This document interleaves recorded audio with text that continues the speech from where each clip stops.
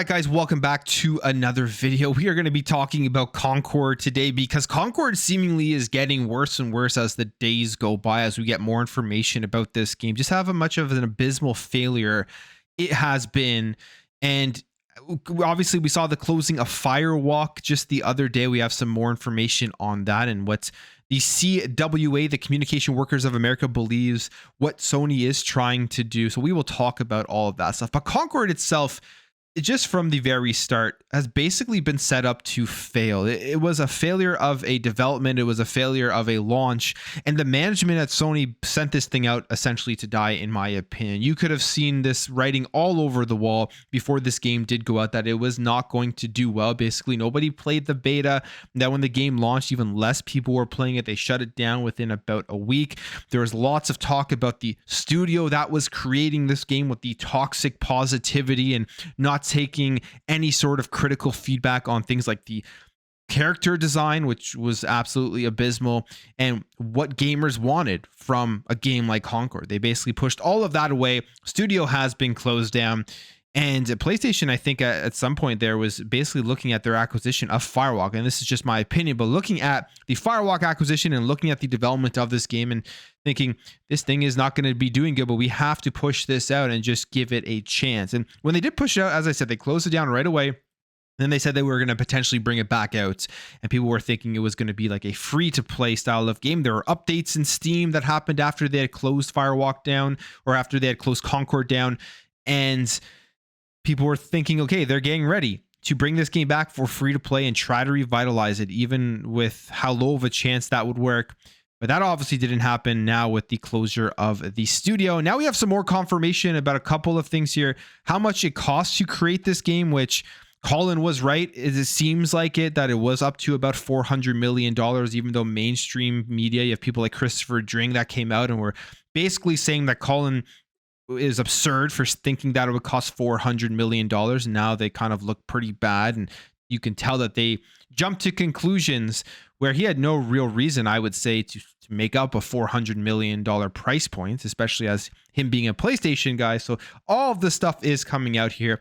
It is getting worse for Concord. It is getting worse for PlayStation. I think PlayStation has a lot of changes that need to occur here for them going forward with the games that they do make. And how are they going to jump into games as a service in multiplayer and be able to compete on that front, as they absolutely have to have a game like that does well when they're seeing their competitors like Xbox and Microsoft take off on those types of games.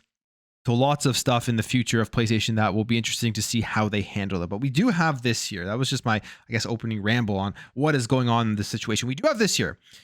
Concord, Sony, and Firewalk.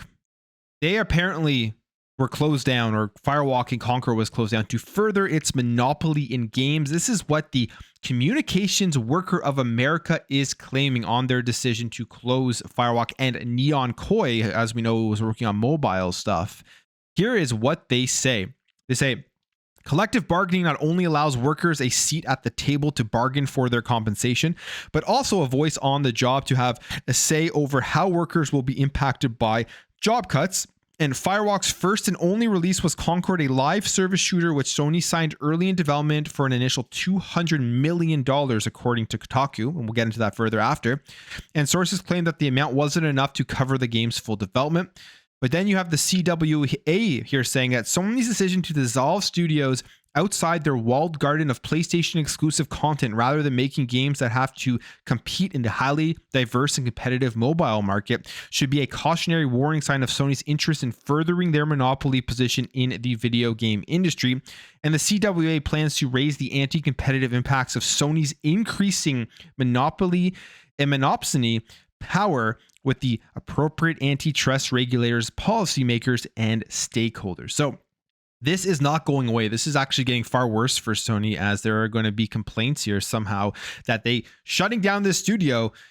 They want to make more of a monopoly with their exclusive content, games that you can only get on the PlayStation platform, which is a very interesting thing to see how they would swing that, or how they would actually argue that, because yes, PlayStation is going to have exclusive content. Yes, they are going to have games that sell millions that you can only get on the PlayStation platform, but it's not going to be nearly enough to be some sort of monopoly in gaming. So I'm not really sure the argument they are going to be making there.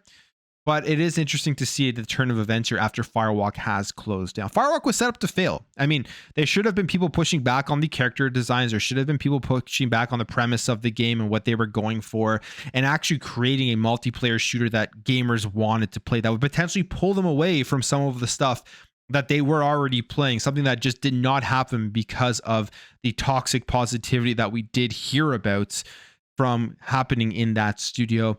And when it comes to the amount that it cost in order to create this game, as I said, it cost up to sources familiar with the agreements at $200 million, but that does not include marketing, the sale of the IP rights, the acquisition of the studio, or the game's delayed launch. So you can reasonably come to the conclusion that Colin Moriarty was absolutely correct on the fact that it probably cost overall up to about $400 million in order to get this game off the ground and launched and everything. Just an insane failure here from PlayStation that they are going to be reeling from, I think, for a little bit as they try to make back that money and try to do something to get into the multiplayer games as a service space with Concord failing.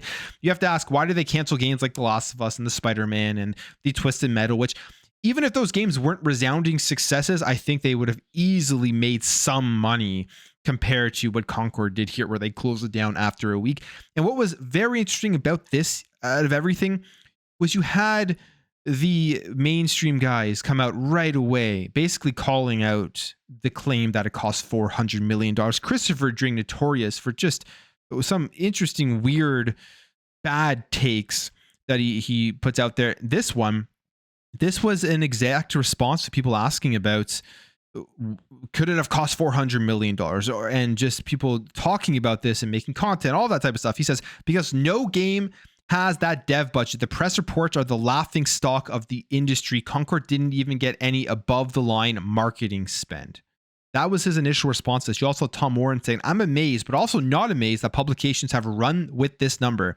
You only have to look at probably Monster's funding to know it's nonsense. Both of these guys out here instantly saying it's nonsense, I would say, without having actual real information onto whether it was nonsense or not. But now you have this guy here who is Kotaku's editor, Kotaku's reporter, senior reporter at Kotaku, and putting this out, and you don't see the same response to this report. So it's interesting that Colin puts that out there. They instantly laugh at it. Now Kotaku puts it out and nobody's laughing at it. They have to now face the facts that, hey, it probably did cost up to $400 million to make. You can go and you can read the article yourself. And it's a direct response here to Firewalk signing off, closing down, all of that type of stuff. So Concord's getting worse.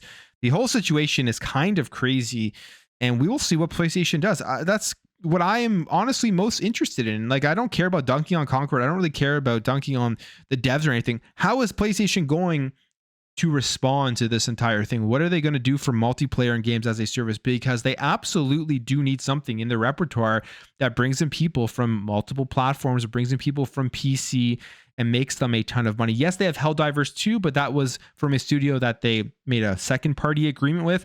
They need something from their own internal studio to generate that revenue and to generate and compete with games like Sea of Thieves that is now making tons of money off of the PlayStation platform for Xbox themselves. So interesting times here. We will see exactly what does happen with Concord going forward, but it seemingly is not out. They're not out of the water yet with this. It is getting worse. There's more stuff coming out, so we'll continue to track it. But if you did enjoy this video, make sure to hit that thumbs up. If you are new here, hit that subscribe, and I will catch you guys in the next video.